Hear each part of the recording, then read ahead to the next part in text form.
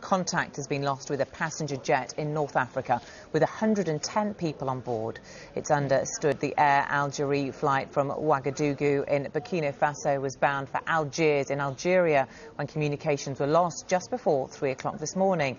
Well, Sky's Alistair Bunkall has more on this breaking story, joins us live from central London studio. Alistair, details just coming in. What more do we know?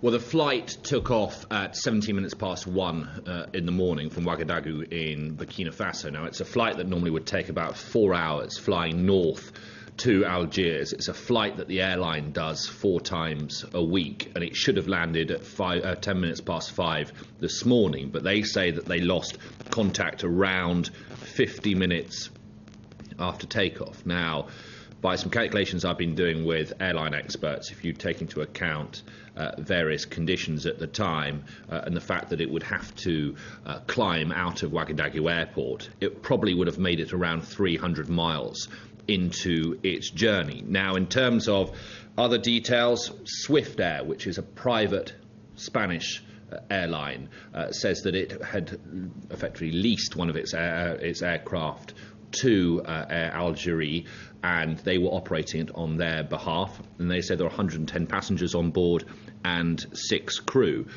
Other than that, at this stage, not a lot of detail. What, at this stage, Alistair, do we think the cause could possibly be? Well, I think any answer to that would be speculation, but I think you would look at where it was flying over, which is Mali, and as we know, there has been insurgent behaviour in Mali at the moment. I believe there have been warnings of that to airlines as well, for anyone flying over that country, and the potential that an airline, as we all now know too well from Ukraine, could be shot down by rebels. But that is just one theory.